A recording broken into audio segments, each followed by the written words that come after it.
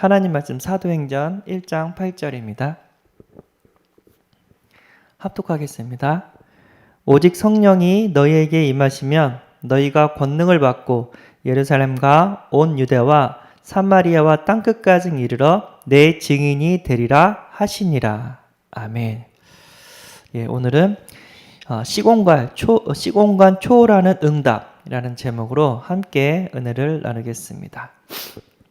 예, 지금은 정보통신 기술이 빨라요.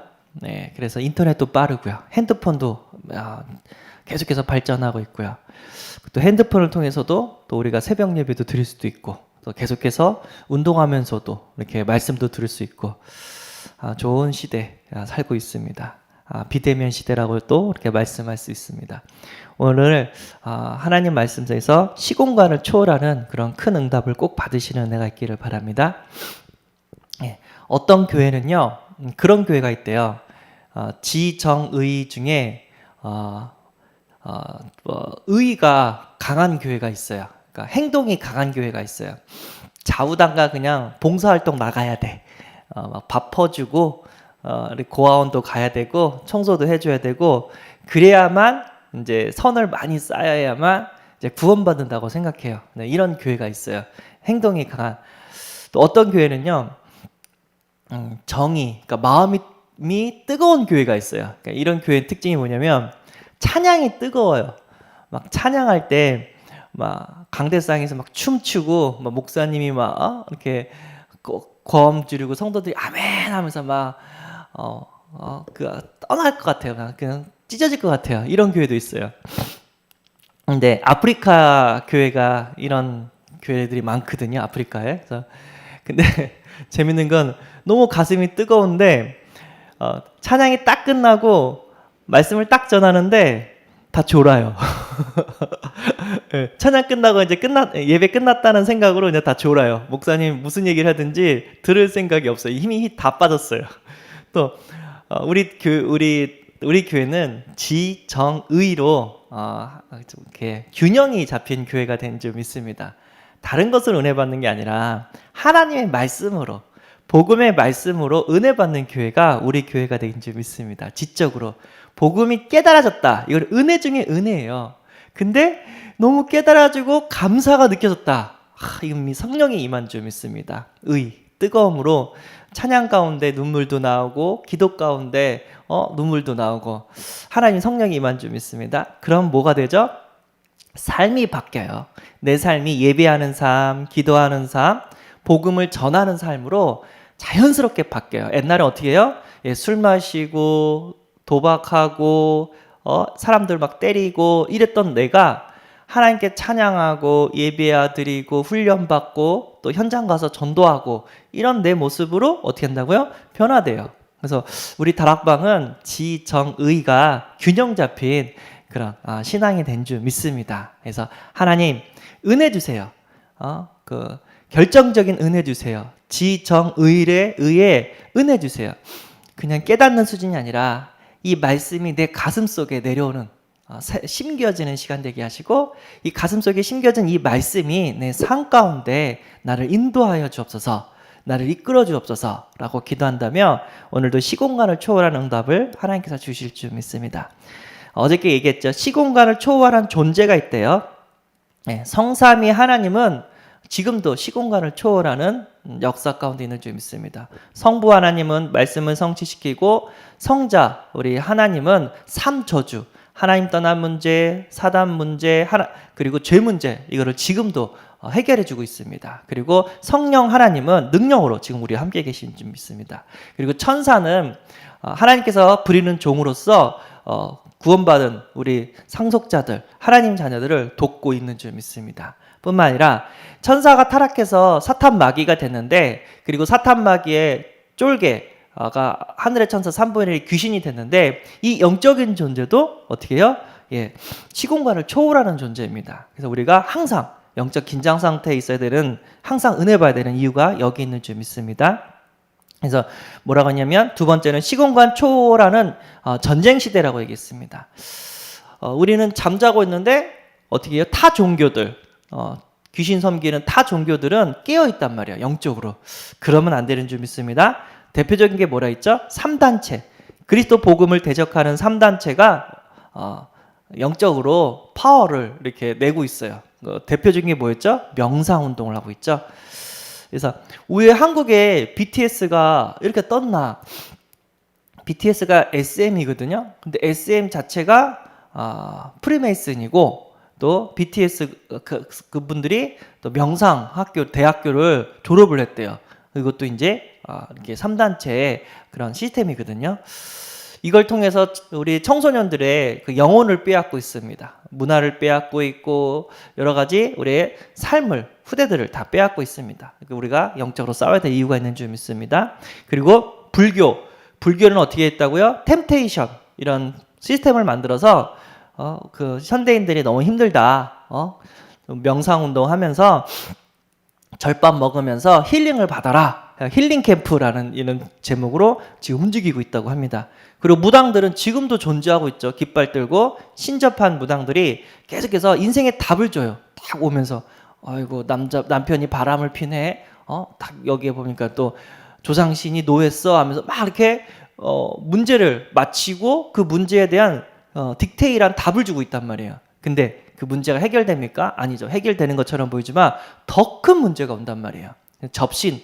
계속해서 50만 원짜리 굿하면 100만 원짜리 굿해야 되고 100만 원짜리 굿하면 500만 원, 500만 원 1000만 원, 3000만 원 하면서 나중에 뭐라고 하죠? 신접해야 된다고, 무당돼야 된다고 이렇게 속이고 있습니다. 그런 영적인 전쟁 시대 때 여기에 빠진 영혼들을 우리는 다 살려야 될 이유가 있는 줄 믿습니다. 사명이 있는 줄 믿습니다. 그래서 시공간 초월하는 응답을 받는 법이 있대요. 언제 응답이 오냐? 사무엘상 7장 9절. 사무엘이 젖먹는 어린 양 하나를 가져다가 온전한 범죄를 여호와께 드리고 이스라엘을 위하여 여호와께 부르짖음에 여호와께서 응답하셨더라. 온전한 번제. 이게 무슨 얘기죠? 예배예요. 예배. 블레셋 군대가 쳐들어왔어요. 사무엘은 야 전쟁 준비해라 하지 않고 온전한 뭐라고요? 젖 먹는 어린 양 하나를 가져다가 온전한 번제를 하나님께 드렸대요. 하나님이 그 예배를 받으시고 우레를 바라사 블레셋 군들이 혼비백산 나가가지고 당황하는 가운데 전쟁에 이렇게 이스라엘이 승리하도록 하나님께서 기적을 행해 주셨습니다. 우리가 예배 드리는데 그 예배 드리는 순간에 우리가 관계된 현장에 흑암이 꺾이고 성령이 임하고 하늘의 천사가 동원되고 전도의 문, 응답의 문들이 열려지게 되는 줄 믿습니다. 그래서 우리가 항상 얘기죠.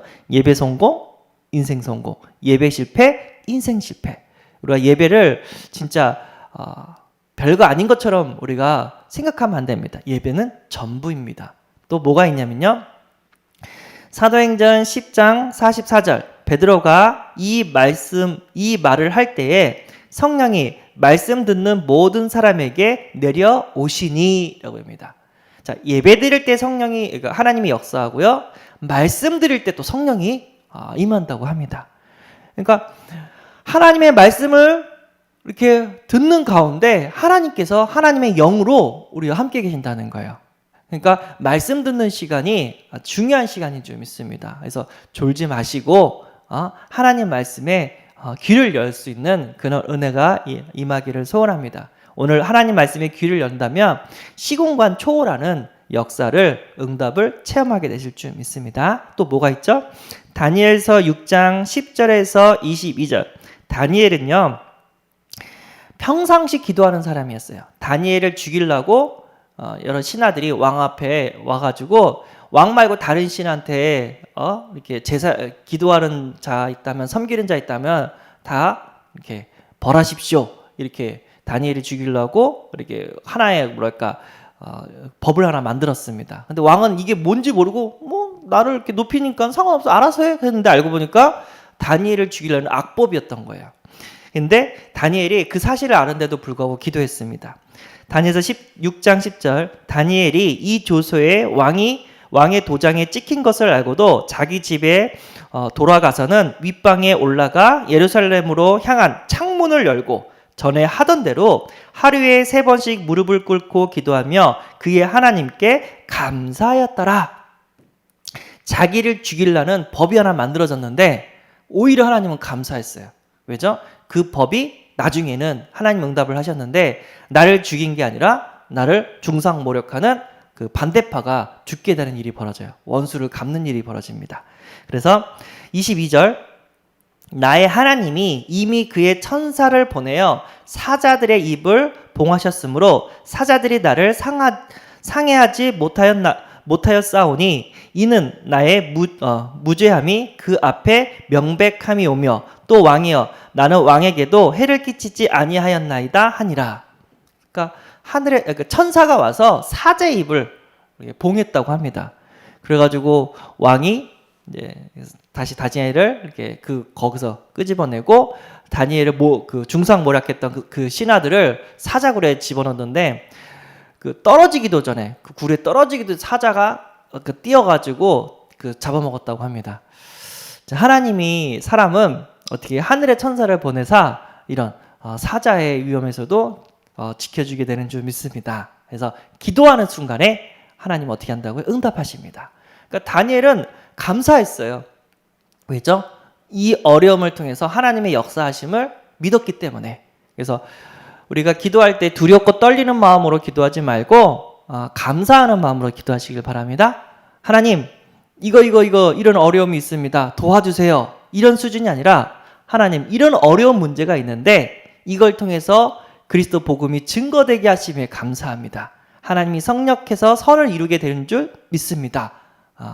그래서 목사님이 너무 힘들다 그러면 선불감사라고 하잖아요. 막 하나님께 감사헌금도 하고 떡도 돌리고 하나님 앞에 이 응답 주셔서 감사합니다. 일단 선포를 해버리라잖아요. 믿음에는 반드시 역사가 일어나는데 우리의 기도가 부시당하는 기도가 있고 믿음의 기도가 있다니까요. 진짜 믿어버리고 기도할 수 있는 은혜가 있기를 소원합니다. 아멘. 또 뭐가 있죠?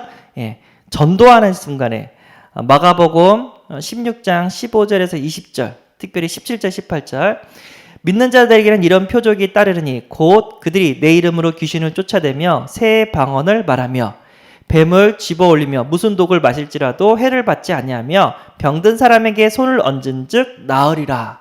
예, 우리가 전도할 때 어떻게 한다고요? 귀신이 쫓아나게 될 줄 믿습니다. 우리가 전도할 때 영혼이 치유되고 마음과 생각이 치유되어지고 육신이 치유되어지는 줄 믿습니다. 아멘. 우리가 수술을 하잖아요. 그러면 선생님한테 물어봐요. 이 사람 살 건가요? 죽을 건가요? 저는 최선을 다해서 수술을 했습니다. 근데 이 사람이 살지 죽을지는 이 사람에게 결정이 됩니다. 무슨 말입니까? 아무리 내가 수술을 잘했는데도 어떤 분은 빨리 회복되시는 분이 있대요. 아무리 수술을 내가 잘했는데도 어떤 분은 회복이 더디거나 안 되는 분도 있대요.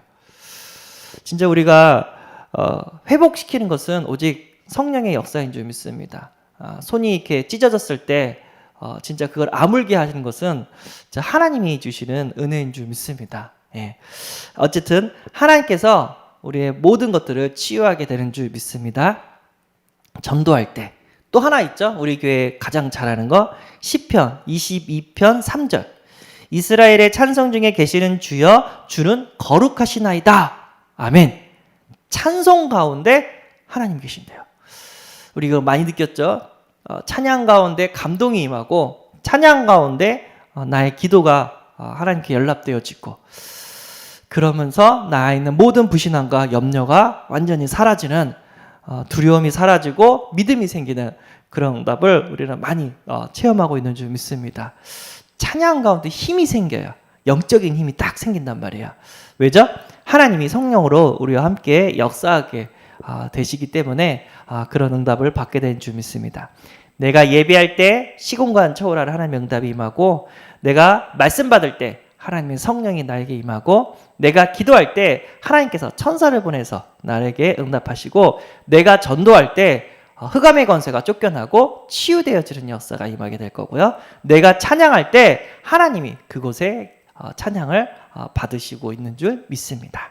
이 응답 꼭 누리시기를 바라고요. 그래서 결론이 뭐였냐면 우리 성도님들은 시공간 초월하는 응답을 받기 위해서 말씀의 흐름을 타라고 했습니다. 이 말씀은 그냥 무분별적으로 막 선포되는 게 아니라 하나님의 언약의 흐름이 있듯이 말씀의 흐름도 있다고 합니다. 그래서 우리 성도님들은 다른 말씀도 다 듣고 다 응답받고 있는데 목사님이 특별히 금요기도회, 금요기도회에도 우리 교회에 말씀의 흐름이 있다고 훈련 가운데 이렇게 들어갈 수 있도록 금요기도회 말씀도 들으시라고 또 권면도 주셨고요. 또 토요일에는 본부 말씀, 본부가 산업선교회 있고 또 뭐 있죠? 렘넌트 전도학 있고 핵심 예배 있고 흩어진 자들 메시지 있거든요. 한 4개 정도 이런 그런 흐름이 있는데 우리 세계복음하는 단체가 어떻게 지금 인도받고 어떤 응답을 받고 있는지 말씀을 통해서 이렇게 잘 이렇게 알게 될 거라고. 그래서 토요일에는 좀 그 응답도 받으시라고.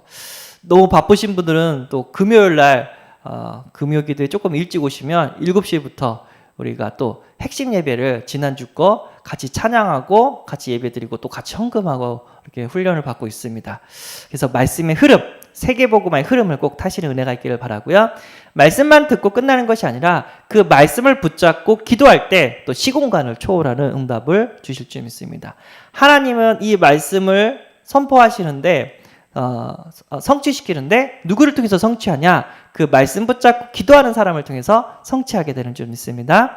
그리고 그 말씀을 기도하고 흘려보내래요.